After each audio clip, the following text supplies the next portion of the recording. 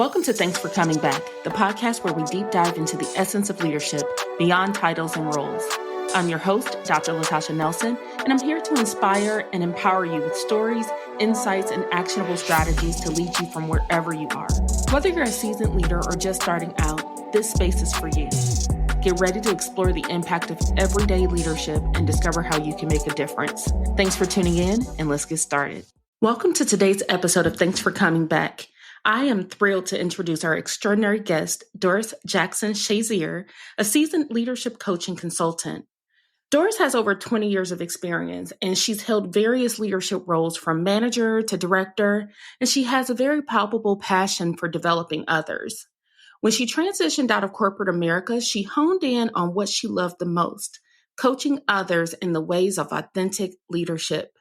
Today, Doris will share her journey, insights on fostering collaborative environments, and the importance of psychological safety in both professional and personal spaces.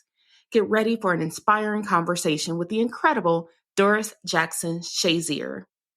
All right. So Doris, tell us about your career journey and what inspired you to become a leadership coach and consultant.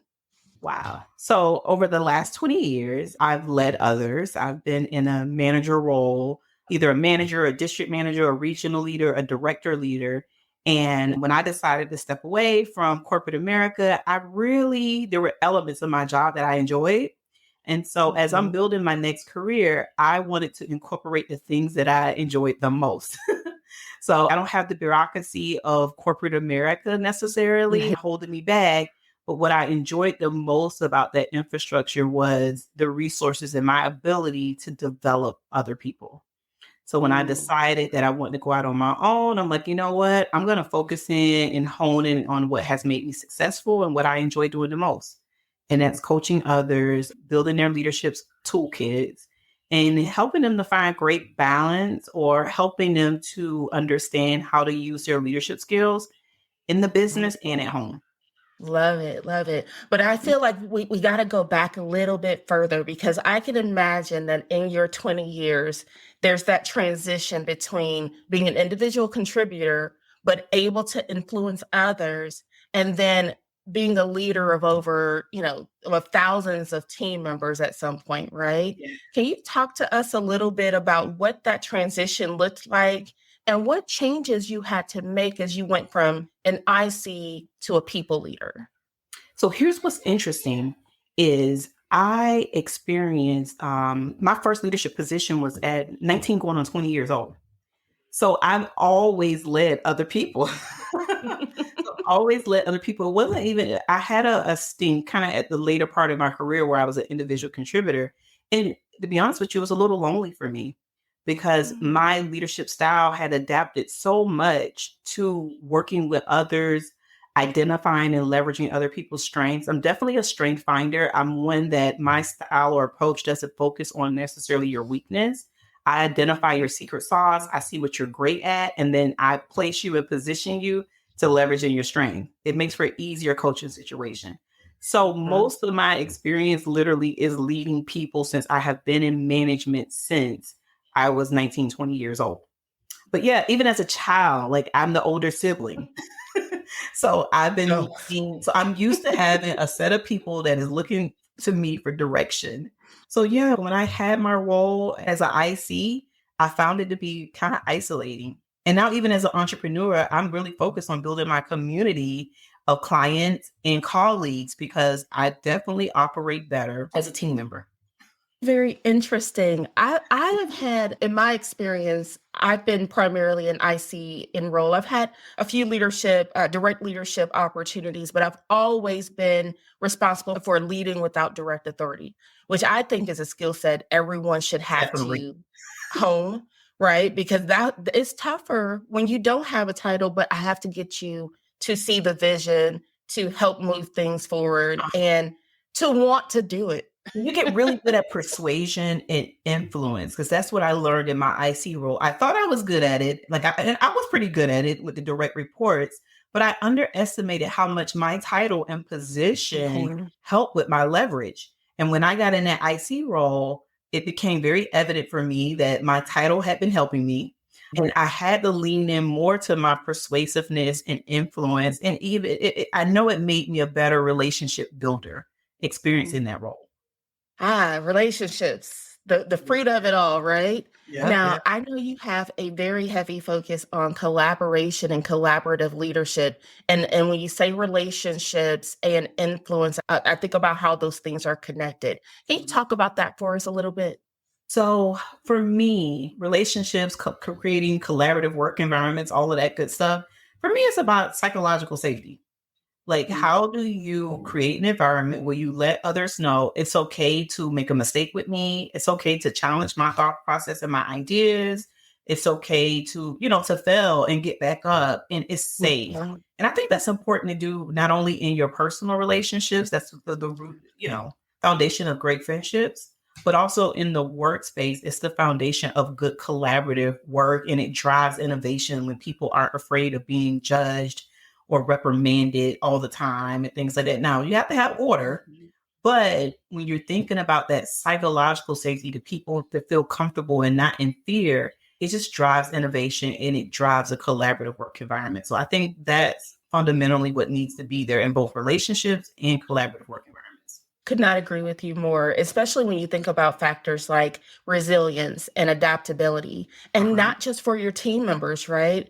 I have conversations with my team all the time, and you know, I share with them that I'm going to look for right sizing their challenges, right? I borrowed that from Liz Wiseman. She has a book called Multipliers, and it's all about what you just described, amplifying someone's secret sauce, amplifying their gifts versus focusing on the things that they may not be as strong at. But that's where, looking across your team and saying, hey, I've got someone who's really strong here and someone who's really strong here. And if I amplify all of those things, we can be a well-oiled machine where everyone sees their contributions and the impact it's making, right? Exactly. But I always tell them, if I don't find ways to challenge you in the right way, then I miss out on opportunities too, because you can't be the leader who's like, if it's to be, it's up to me. And you're out doing everything. Or people don't weigh into your point. They don't feel safe sharing their thoughts, which can be the difference between the success between today and tomorrow, right? So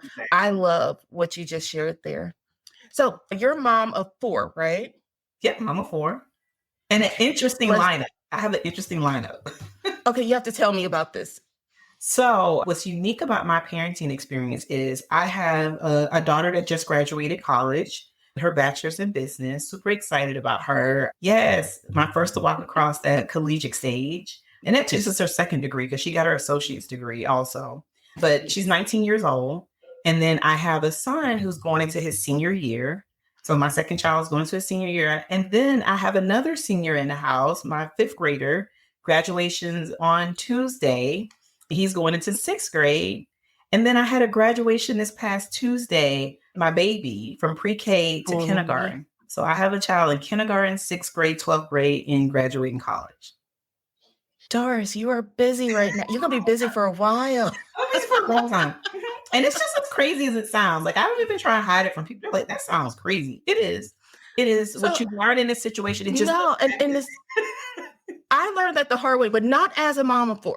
I've got 2. I've got one who's 26 and one who's 12. And so that's a story in and of itself.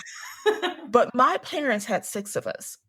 And everyone is born in pairs, right? But they're like 7 to 10 years apart in those pairs. So I've got 2 older siblings, and they're about 9 to 10 years older. Then there's me and my Irish twin. So we're 11 months apart. And then 7 years younger than me is my youngest sibling. Oh, so they had 3 different sets of kids. Yeah. Yeah, but I learned what you just said. Like, it's a bit much and you can't please everybody, right? Yeah. I remember my older siblings saying that my parents were way too lenient on us. Yeah, I remember thinking, this is nothing compared to what they're doing with the other set, right? Right. My kids do the exact same thing because we as parents, we learn and grow also. And so I am a different parent. Or I guess I'm a way more established parent with my 5-year-old than I was with my 19-year-old. And so, they get a different side of me, but I think I only got better. And whether the oldest recognize it or not, they are benefiting from what you learned and how you've gotten better too. I know my oldest, she's always like, wow, you're just so chill now. Like, you're my oldest. There was no chill. There was no chill then. I had all the energy for that. The energy is not as high for now. That's how worried. So tell us, how do you integrate your experiences as a leader, as a mother, and as an author into your coaching and consulting work? So for me, it requires the same core skills to do all of those roles. And I think sometimes that's a miss for women. I think that we think of our home life or our family or our role as a mother as a separate kind of thing that we do. And then we walk into corporate America or walk into these executive and management and director level positions and think that it's a different part of us. We're still using the same core skills. So in my coaching business and at home, I still use influence. I use patience. I use curiosity, to seek to understand. I use empathy, active listening, teaching responsibility and accountability, maintaining morale. Those are all the same things. So I like to tell people that mommy was my first leadership title because I learned a lot in raising my own children and becoming a mom that helped cultivate my leadership style.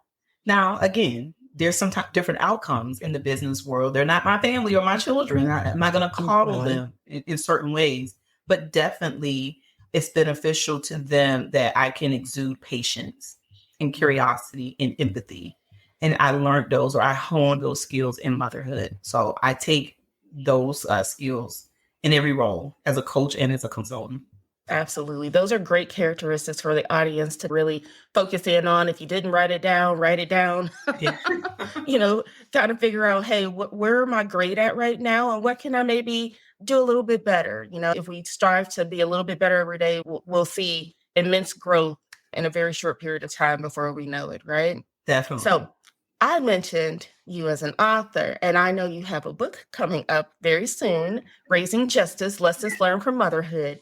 Can you talk to us about that and what leadership parallels you drew from your experience, from your very first leadership role as mommy through everything else that we can expect to see amplified in your new book?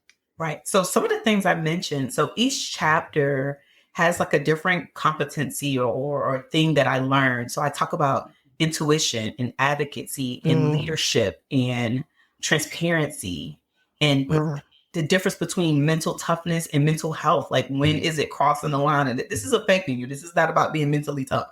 So I learned and I explored these different learnings and how they came about. And they were through experiences with my oldest child. And so Raising Justice is twofold.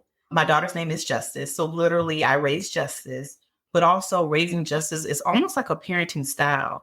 It's me implementing this parenting style that I didn't necessarily experience. And sometimes as parents, we end up doing what we saw done to us. And it just happens. And there's days I'm my grandma, like I say it and then I hear the echo and my mind is like, oh my God, I just sounded like my grandma. But it was this conscious decision to raise her in a way to have the things that I wish that I had. And that was a mom that I could talk to and a certain level of closeness and openness and supportiveness. And so everybody can raise justice. It's a style of parenting that I'm sharing with the world. And then I draw a lot of parallels into those same qualities. I took that into the workforce and it helped me to be successful with building team and reducing turnover. And I won the awards and the top performance and the sales and the track record to back it up. And all I was doing was applying some of the same things that I applied in my home to others. Now, one parallel I heard you draw that immediately came to my mind is when I think about leaders in the workplace, a lot of times, because you know the old adage of people don't leave companies, they leave their managers, right? And I think about a lot of leaders in their development and their experiences. And a lot of times they're just mimicking what they've seen in the past. Not that it necessarily means that was successful, but there's some level of success associated with it, right? Because if you were a leader in the past, then obviously that means that worked. So this is what I should continue to do. Yeah. Versus what I hear you saying, which is, hey, just because I experienced this in the past, I realized there were things that I wanted for myself And those are the things that I wanted to give to my daughter. And so that is where this path, this change, this divergence came from.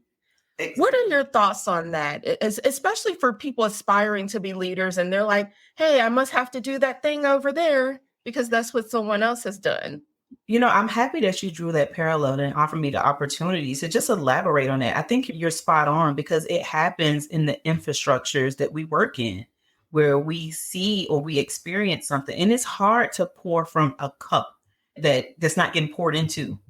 And I was fortunate enough to have some great leaders over the years. So I did have people over the years that poured in my cup. And then I experienced the ones that didn't really pour in my cup at all. And I had to find the innate strength to not be the type of leader that someone was being to me.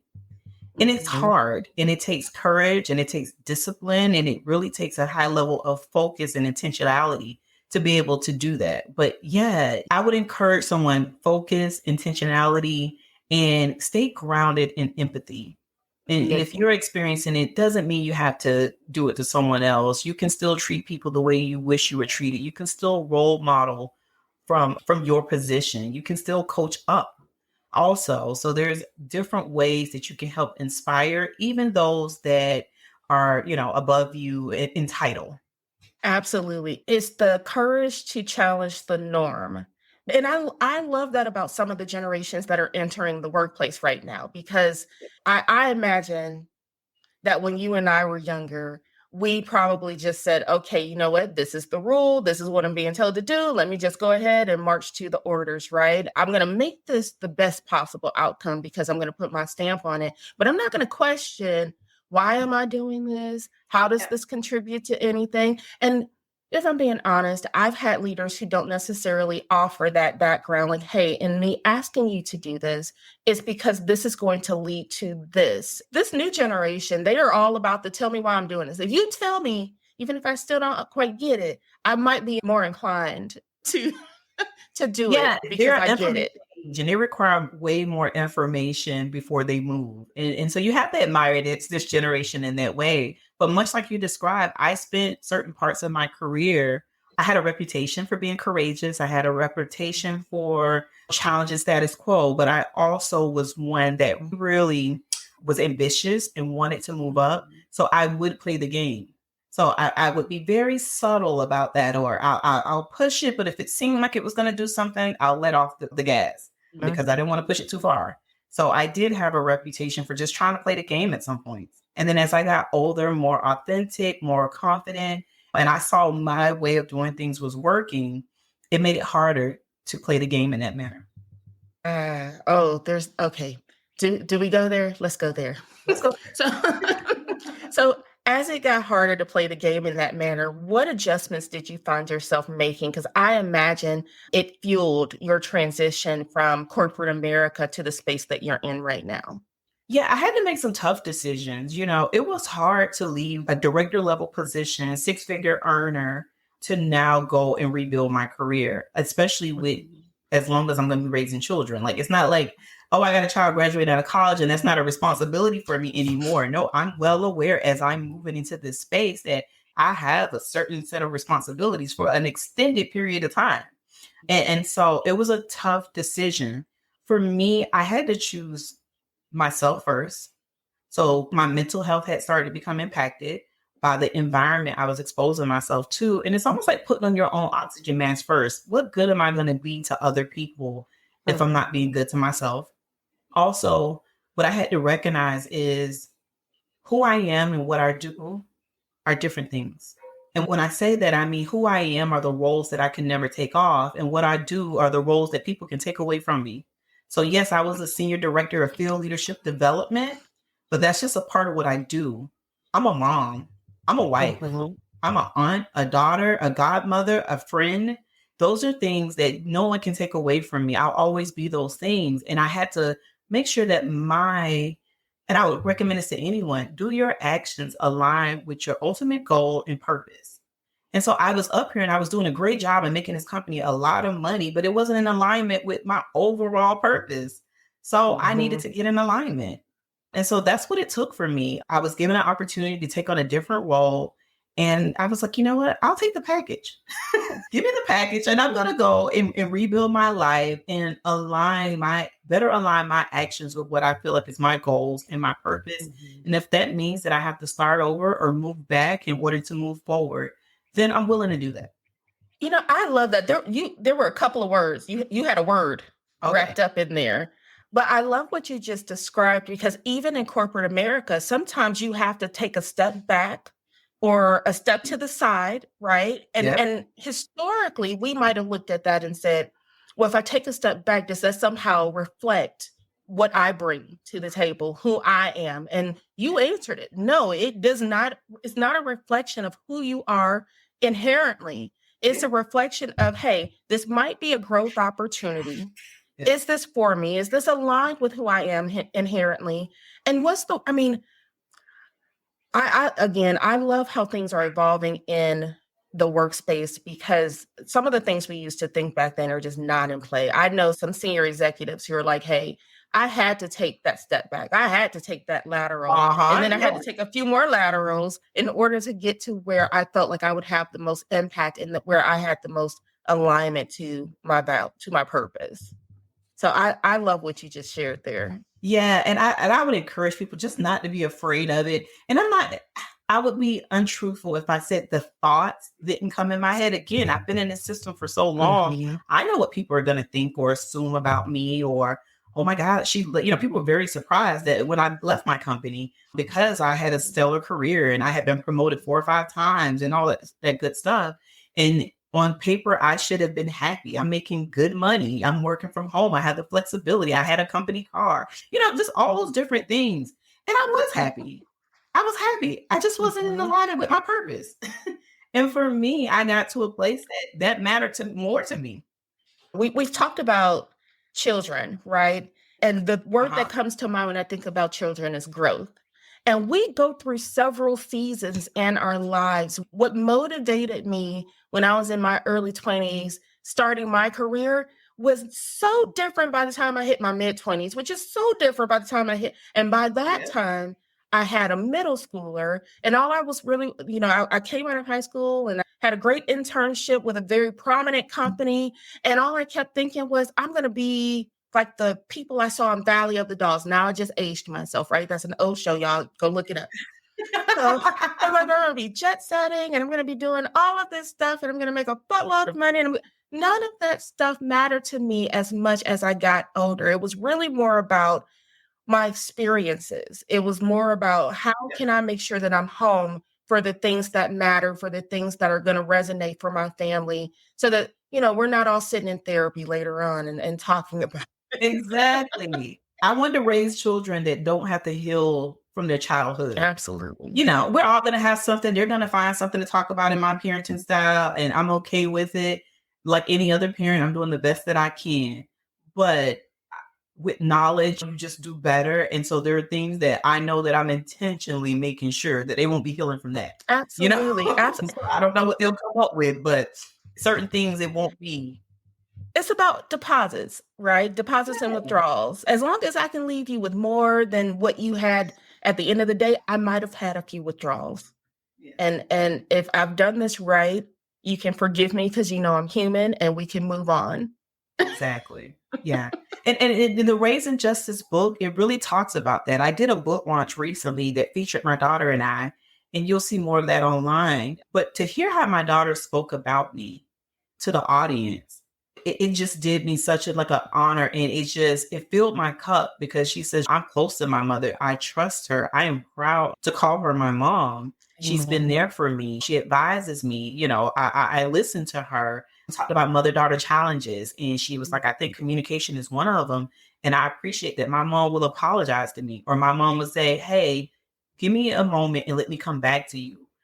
Things like that. So it was just awesome to hear her and know that she noticed that I did those little things, because I didn't want to, burn everything down in the moment. But I felt those emotions and tried to maintain composure and come back to her. So for her to acknowledge that publicly and speak well of me, that's an honor as a parent. And I want all my kids to feel that way about me.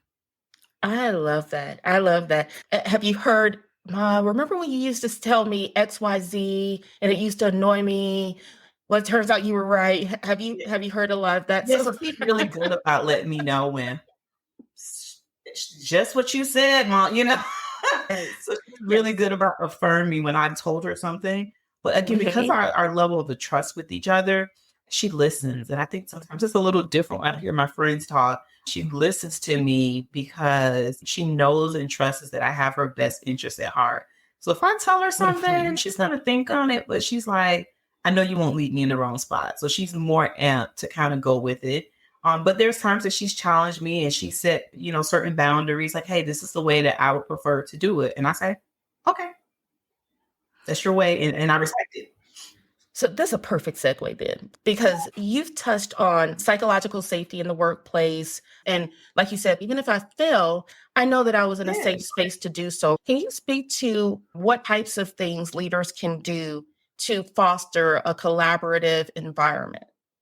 Yeah, I think I'll go back to the things that align with creating psychological safety. So build trust, build relationships. Don't assume that people know. Say it out loud. Hey, it's okay to do this.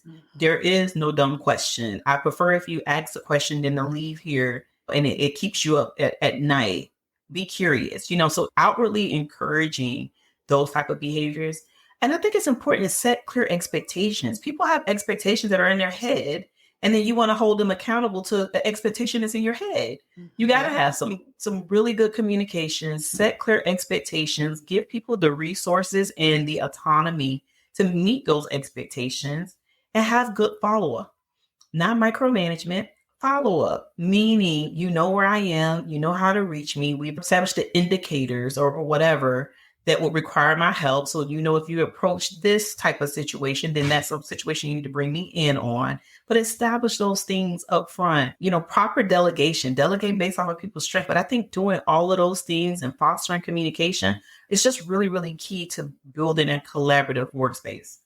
If I'm an IC, I'm an individual contributor, and this is not necessarily the environment I currently work in, but I think I have some sort of responsibility in helping to foster that.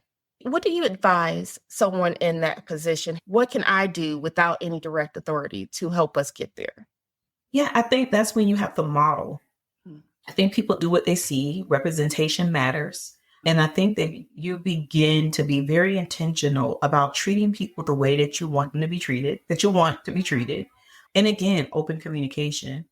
Again, not understanding the full totality of the environment. And you know who you work with, but is there an opportunity to have a direct conversation?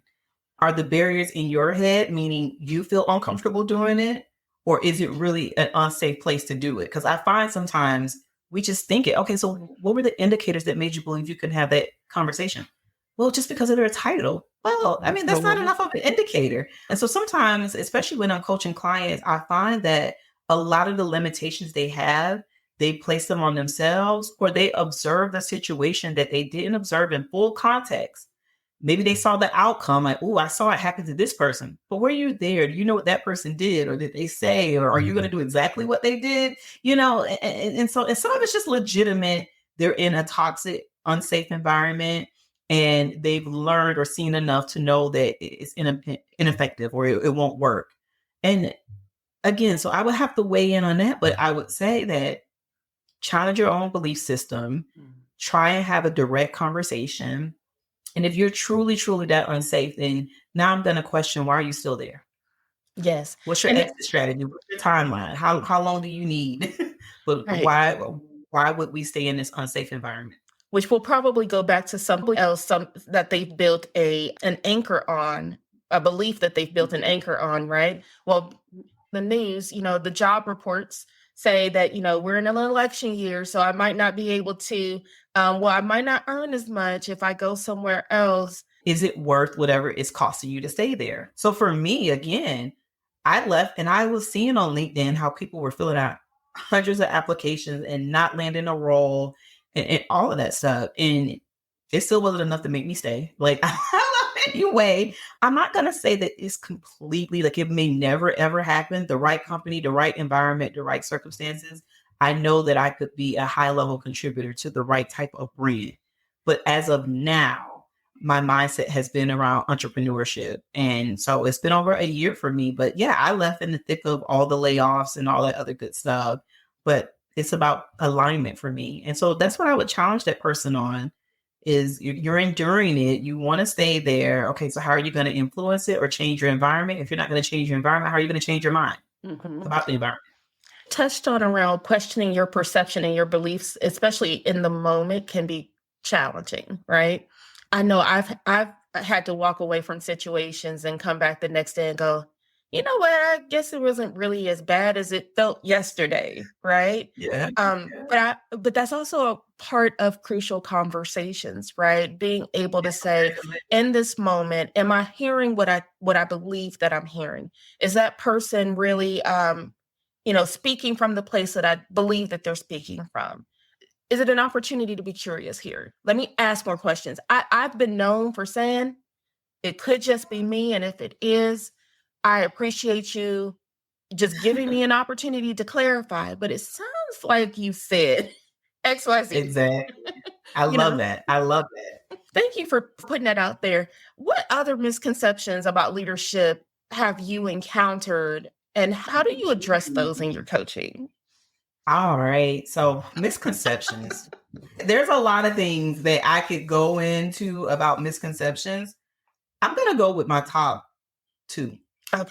That leadership is a title or a position. People think that I'm in a role. I'm not the boss or I'm not the manager. Like they associate leadership with the title or the position. And it's like, let's think about this different.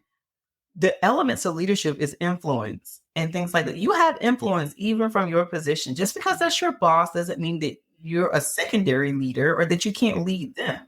Leadership is what you do, it's what you exude, is how you behave, but it's not a title or position. So oftentimes it's impact and it's regardless of position. So I find times that that's a big misconception that I come across with leadership is that, well, I don't have this title or I'm only this or what their title is that. And it's like, I've advised a CEO of a Fortune 500 company. They came in and asked me what I thought, or they saw my results and asked me how I got them. That's leadership there. It's irregardless of my title. It's about influence and impact. The other thing that I would like to call out that I think is a big misconception and something that has worked in my favor is that leaders can't be vulnerable. Wow. I don't know why. And I know why, but it's an old, adage in terms of this stoic presence. Now, I have to be honest with you. I do believe that leaders are like flight attendants in terms of when there's turbulence, I should be able to look at the flight attendant and know that, okay, we ain't going down because she looking like this is normal. But if I look at her and she's, nervous, okay, now this is uncomfortable for her. She's here statistically more than I am. So she knows something's wrong. So I do have that element to me. Like leaders need to have some level of composure. But it doesn't mean that you're not allowed to be vulnerable because you're a leader. That's passion. That's authenticity. And so I encourage people to share a little bit of vulnerability. What's wrong with your team knowing that you're disappointed or that you're having a bad day or that we could do better or, those type of things. That's authenticity. Like I think it's important to, grow our emotional intelligence, know how to display our emotions in a professional manner, but be authentic. And so that would be my top two misconceptions that I think is just so important for people to just wrap their mind around differently. Leadership is not just a title or position, and leaders can be vulnerable. Like, yes. Yeah.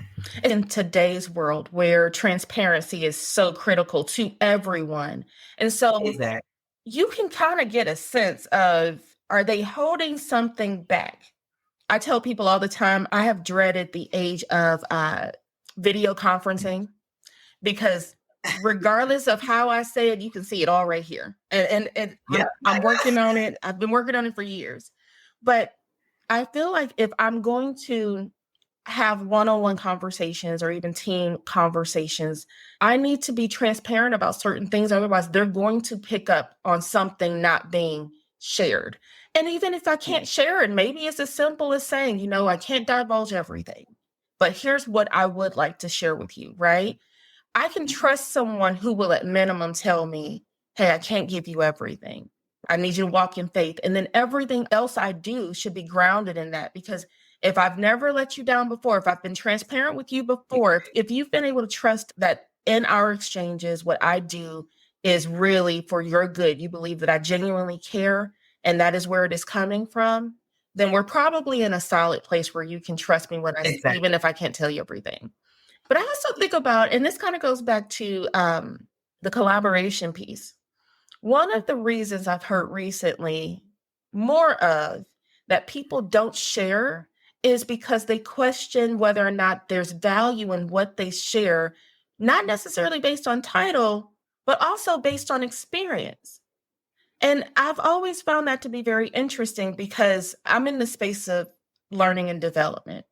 And some of my favorite SMEs are the people who don't know how we usually do it, right? Because they're the ones who are going to say, so why do we do it this way? Or, well, I see how we got from this point to this point, but I don't understand the rest of this. Like, there's a gap here. They're the ones, because they don't know the process or how it's usually done. They can tell you those things.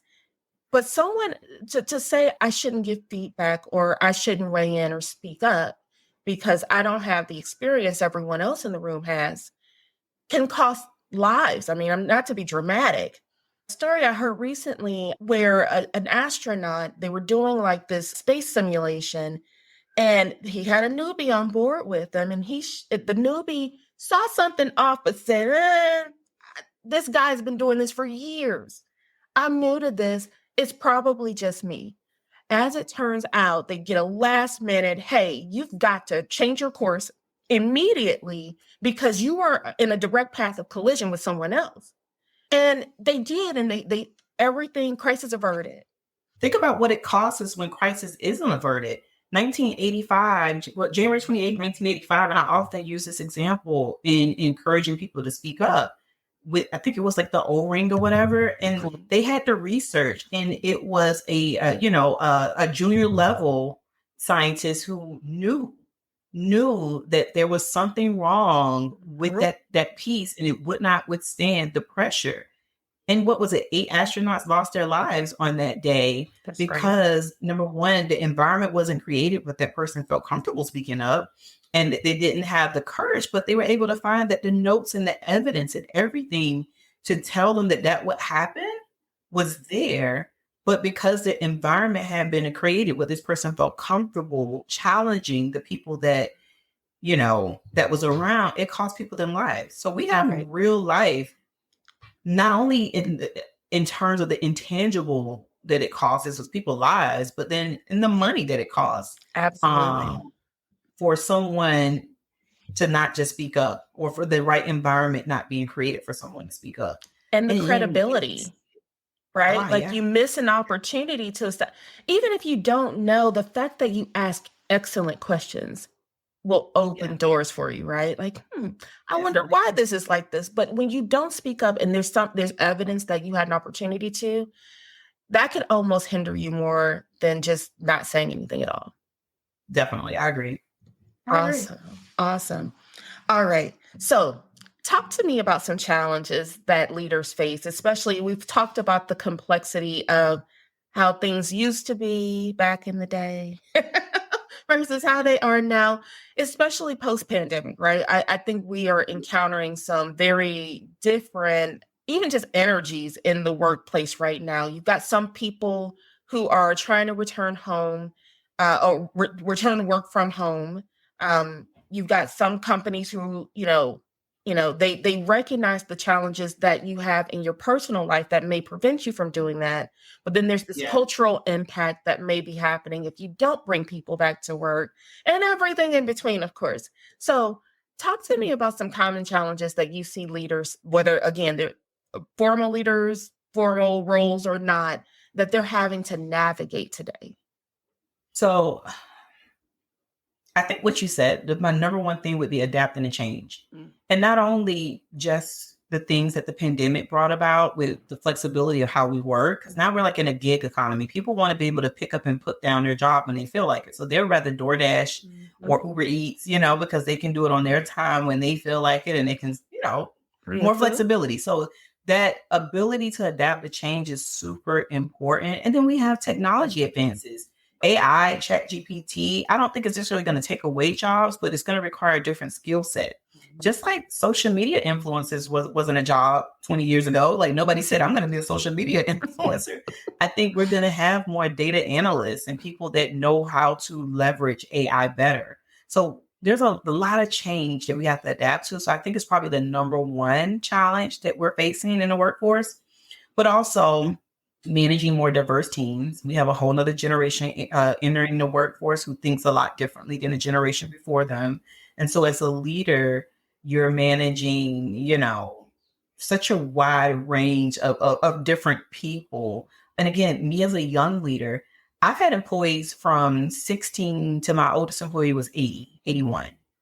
And so managing completely different generations and how do I exercise situational leadership in order to lead all of them. Decision-making under uncertainty. It's another challenge. You don't have all the facts. You don't have all the information. You have to consider so many other components. How would this land social media-wise with this group of people versus this who repost? There's just so many things to consider. And so how do you move forward as a leader without all the details? Especially right after the pandemic, the world is evolving differently. People want to work differently. And so you're having to make a lot more decisions without, a level of predictability or evidence to kind of support it. And that's common. And then I think the other thing that is just sitting on my mind right now is balancing accountability and morale. We either know how to set the expectation and hold people to the standard, or we know how to have a good relationship with them. And it's like, we can have both, right? That's it. That's right. And now talk about that though, because I don't think that was a new issue. I don't think that's a new challenge. I think I've seen that for eons, right? So it's been around for a while. Yeah. And so that's what I specialize in. Actually, is teaching people how to create high accountability, high morale environments. And so, it's about how you build relationships and that you build them with good trust and proper boundaries. You have to build a type of relationship that a person understands that I'm not being offensive or demoralizing by requiring this out of you. This is a part of my job. This is a part of your job. I mean, at the end of the day, when you go to work, you're there to provide a service and in exchange for compensation. And so that has to be established and respected as a part of the relationship. And we can still have a relationship, but we have to remember that we're both here to provide a service in exchange for compensation. And so it's just an element of our relationship. And I'm going to hold you accountable. We're going to schedule regular check-ins so that you don't get nervous every time I put a Teams notification on your calendar.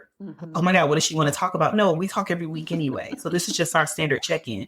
So there's little practical strategies and things that I advise people to do to create a level of comfortability and trust and predictability in their relationships that drives that high accountability, but it protects that morale and that experience with the person.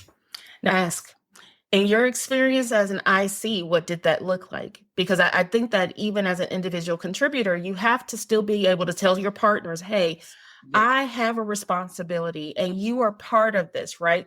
My preference would be to co-elevate, right? But at minimum, I've got to be able to come to you for what I need in order for me to provide you with what you need. What adjustments did you have to make without direct authority? Well, I'm telling you, it's exactly the way you described. Again, you lean more into the persuasiveness because you don't necessarily have the authority in the same way, but you all still have the same obligation. You're there to provide a service in exchange for compensation. That's the same for everybody, irregardless of title. And so all I'm trying to do is to provide the services that they're asking me to provide and assist you in doing the same thing. So how do we help each other in achieving the goal for both of us? And I think sometimes, like if a situation seems like, okay, we're posturing right now and this is getting weird, I bring it back down to the foundational thing. Hey, look, we're both here to provide a service in exchange for compensation. Like, let's dial this all the way back. And maybe we have different goals and ambitions and you sit on, a different seat on the bus, but we're on the same bus here. How do I help you help me? And then, what do you need from me, or what can I do for you? But I think it's pretty much a similar approach, because the approach is irregardless of authority in my mind, because it's about the relationship. That's right. Now, you mentioned boundaries and being able to establish them. And I've experienced this myself. I'm trying to balance personal boundaries and professional boundaries. What recommendations would you make towards an aspiring leader, or even someone who's more seasoned, but they're looking to have more impact in the space that they steward over, when it comes to leveraging boundaries to be effective as a leader? I mean, especially tying back to what you just shared about, hey, you've got to still hold people accountable and have proper relationships, right? So what advice would you give? Again, I think it's foundational. I think when you're establishing the relationship, it really is about helping others to understand your position on the bus and understanding their position. Again, we're both on the same bus, but we have different vantage points. We may have, I may be getting off on a different stop than you. So we got different goals and things like that, but we're on the same bus together, and we could help each other and we could support each other. However, it's about communication. So I'm very transparent in what my goals are. It's it almost allows me to play with my cards up a little bit. So it establishes trust. And I'm not going to say that people haven't taken advantage of that style, because you're going to have the people that take advantage of your authenticity or your ability to be a truthful communicator. And you have to decide whether it's worth it to you. It's just worth it to me to just be myself. But what I would say for others is high level communication, empathy towards other people's position, and the courage to state yours. I'm going to say this, and it's a colorful statement, but I tell you, I mean it and I live it. I may not be everybody's cup of tea, but I'm somebody's flavor. And so I am not concerned and caught up with being liked by everyone. And I think sometimes people are. I will be respected. I will be respectful. But you don't have to like me necessarily for us to work together and have a great relationship. Way better than I do. I've told people, like, I'm not for everybody, and that's fine. We can still make this happen, and then we can still wish each other well. But I love the different. I may not be everybody's cup of tea, but I'm somebody's flavor. I'm definitely somebody's flavor. Yeah. But I know that, I know that I'm not everyone's cup of tea, and I'm okay with that. However, I'm effective. I'm respectful. I pour into others. I love people. There was a time where I thought, oh my God, people get on my nerves. And I was like, that's not true. I love people. They get on my nerves, but I love people. I really do. And I respect their boundaries. So I respect if I'm not their cup of tea, that's okay. Mm-hmm. However, we're on the same bus at this moment. So how do we help each other? And our likability doesn't necessarily have to be an obstacle for us to achieve the goals that we want to achieve. And our ability to be authentic has nothing to do with doing what somebody else may be doing because it looks like it works. It's you have to be true to who you are. Yeah. Love it.